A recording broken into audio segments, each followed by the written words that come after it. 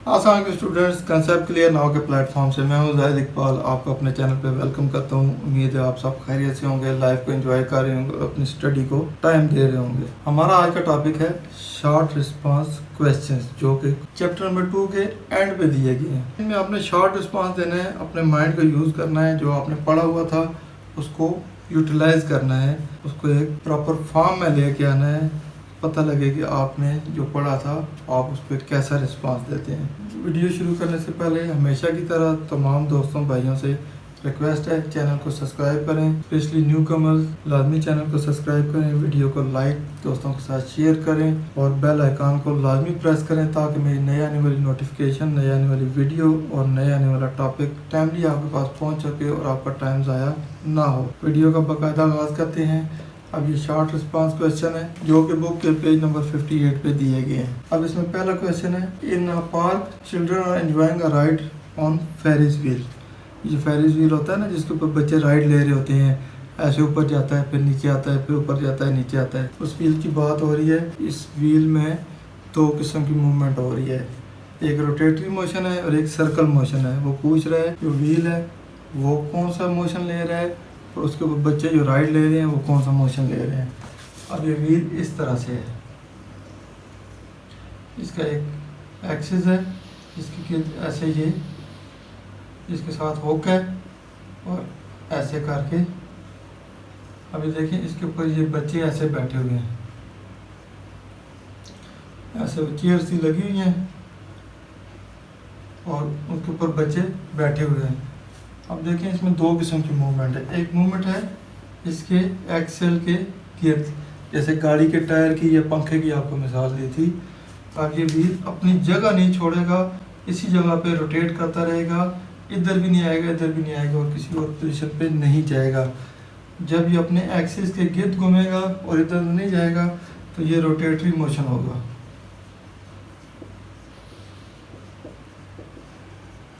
ये कौन कर रहा होगा? व्हील। अब जो चिल्ड्रन है,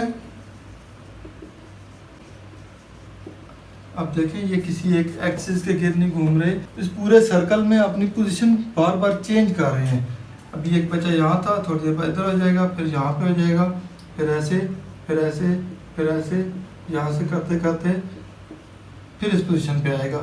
इट मीन्स कि इसने एक पूरा सर्कल लिया है, पूरी एक सर्कुलर मोशन लिया है, इसलिए इसको कहेंगे हम सर्कुलर मोशन। बच्चों ने जो मोशन लिया है वो सर्कुलर मोशन है और व्हील ने जो मोशन लिया है वो रोटेटरी मोशन। क्वेश्चन नंबर 2 है, a body moves for some time, give two situations in which his displacement is 0 but cover distance is not 0। एक बॉडी ने मूव किया है और एक जगह से दूसरी जगह गई है और उसने दो सिचुएशंस कवर की हैं।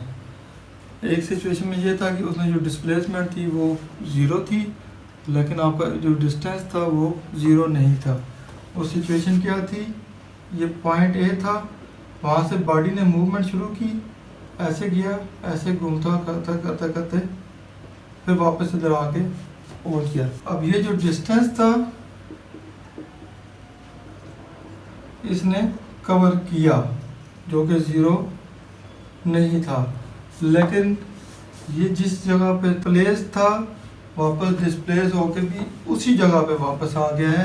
यहाँ पे इसकी डिस्प्लेसमेंट, अब इसने कोई डिस्प्लेसमेंट की है यहाँ से? नहीं की। जिस जगह पे खड़ा था वापस उधर ही आ गया, तो यहाँ पे इसकी डिस्प्लेसमेंट 0 हो जाएगी।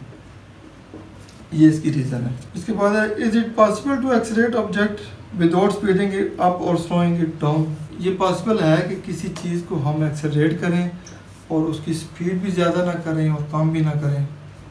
तो एक्सेलरेशन के लिए दोनों चीज़ें ज़रूरी हैं कि आप उसकी स्पीड या तो बढ़ाएंगे या कम करेंगे। तो वेलोसिटी में किसी किस्म की चेंज नहीं लाएंगे तो वो एक्सेलरेशन काउंट नहीं होगी, वो कंटिन्यू वेलोसिटी तो चलती रहेगी।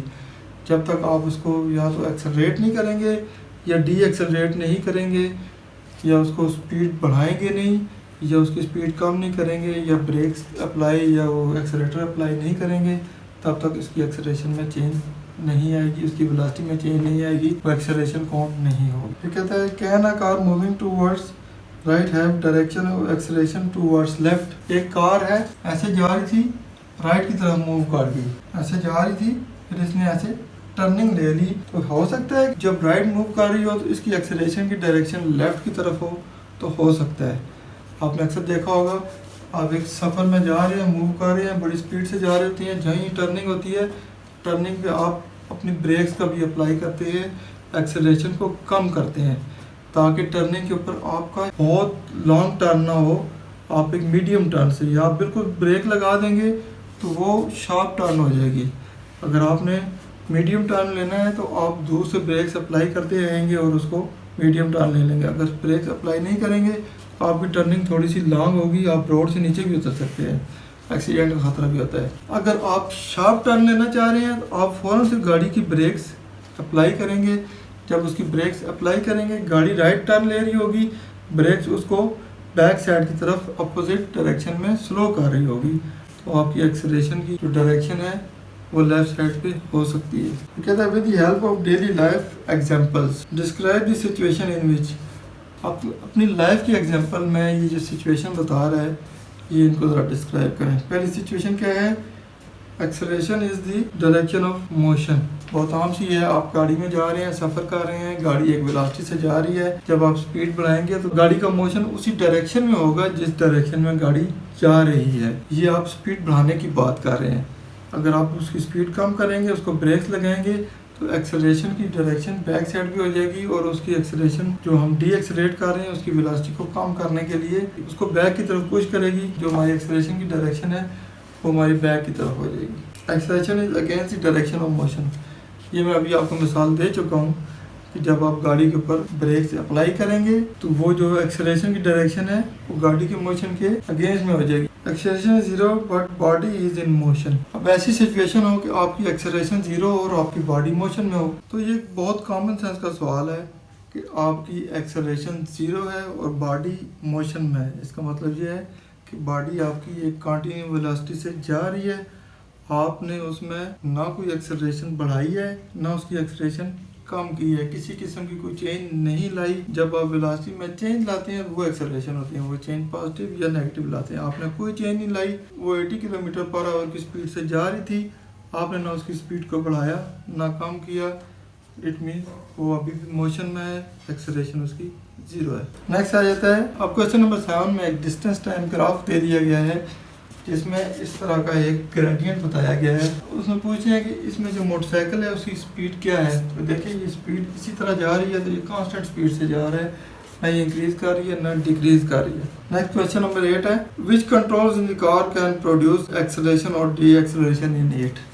अब गाड़ी में वो कौन से कंट्रोल्स हैं जो उसकी एक्सेलरेशन और डी एक्सेलरेशन को कंट्रोल करते हैं। पहले भी आपको बता चुका हूँ कि गाड़ी के जो आपका राइट फुट होता है उसके नीचे दो कंट्रोल्स होते हैं, एक होता है एक्सेलरेटर, एक होती है ब्रेक, और दोनों एक ही पाँव के नीचे होते हैं। एक टाइम में आप एक चीज़ को कंट्रोल कर रहे होते हैं, या आप उसकी स्पीड बढ़ा रहे होते हैं तो एक्सेलरेटर को प्रेस कर रहे होते हैं, उसकी स्पीड कम कर रहे होते हैं तो वही पाँव एक्सेलरेटर से उठा के ब्रेक के ऊपर रख देते हैं।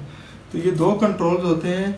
एक्सेलरेटर जो होता है गाड़ी की एक्सेलरेशन को कंट्रोल करता है, बढ़ाता है, और दूसरा जो कंट्रोल है ब्रेक है वो भी एक्सेलरेशन को कंट्रोल करता है और उसको कम करता है। वो कहता है कि if 2 stones of 10 kilogram and 1 kilogram पर drop from 1 kilometre height tower. एक 1 किलोमीटर हाइट टावर है, दो पत्थर हैं, एक 1 किलोग्राम है और एक 10 किलोग्राम है। उनको आप इकट्ठे आप छोड़ेंगे तो ज़मीन के ऊपर कौन सा पहले आके हिट होगा।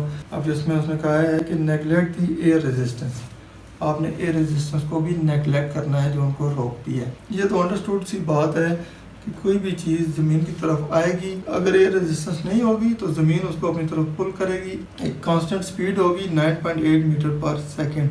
अब उस स्पीड से जब वो नीचे आएंगी तो रिगार्डलेस ऑफ मासेस होता है ये, जब तक एयर रेजिस्टेंस ना हो मासेस इसमें मैटर नहीं करते, एक 1 किलोग्राम की हो या 10 किलोग्राम की हो या 5 किलोग्राम की हो, वो इकट्ठे ही ज़मीन को आके हिट करेंगे। लास्ट है, आपके पास दो बॉल्स हैं, एक बॉल नंबर 1 है और एक बॉल नंबर 2 है। ये बॉल रेस्ट पोजीशन में पड़ी हुई थी और इसको आपने जस्ट ड्रॉप कर दिया और यहाँ पे ग्राउंड है। और ये दूसरी बॉल थी, इसको आपने 10 मीटर पर सेकंड की स्पीड से नीचे फेंका, ऐसे पकड़ के जोर से फेंका, एक वेलोसिटी से फेंका जो कि 10 मीटर पर सेकंड की वेलोसिटी थी। अब ये बताएं कि ये दोनों बॉल्स ज़मीन को बराबर आके हिट करेंगी या एक बॉल पहले हिट करेगी, इस सिचुएशन में क्या होगा। अब ये देखें, ये बॉल है, रेस्ट पोजीशन में थी, इसको ऐसे छोड़ दिया, बस ग्रेविटेशनल पुल जो सी थी 9.8 मीटर पर सेकंड, उसने अपनी तरफ खींचा। लेकिन यहाँ पे आपने इसको 10 मीटर पर सेकंड की एक्स्ट्रा वेलोसिटी भी साथ दे दी, एक एक्सेलरेशन एक्स्ट्रा भी दे दी, तो वो कितनी हो जाएगी, 10 प्लस 9.8 मीटर पर सेकंड, ये 18 मीटर पर सेकंड के हिसाब से नीचे जाएगी। ये चीज़ पहले पहुंच जाएगी, ये बाद में पहुंचेगी, क्योंकि इसमें 10 मीटर पर सेकंड की एक्सेलरेशन ऐड कर दी आपने। जब रेजिस्टेंस नेगलेक्ट होगी तो सेम इसी स्पीड से नीचे जाएंगी। तो स्टूडेंट्स, ये था हमारा आज का टॉपिक, जिसमें हमने चैप्टर नंबर 2 के एंड पे जो शॉर्ट रिस्पांस क्वेश्चन दिए गए हैं उनको सॉल्व किया है, उनको समझा है। उम्मीद है आपके सारे कंसेप्ट क्लियर हो गए होंगे। वीडियो से आपको बहुत कुछ सीखने को मिला होगा। वीडियो आपको पसंद आए, इसको लाइक, दोस्तों के साथ शेयर लाजमी कीजिएगा और दुआओं में ज़ैद इकबाल को लाजमी याद रखिएगा। इंशाल्लाह नेक्स्ट इन्फॉर्मेटिव वीडियो के साथ जल्द ही आपकी खिदमत में हाजिर होऊंगा। तब तक इजाज़त दीजिए। अल्लाह हाफिज़।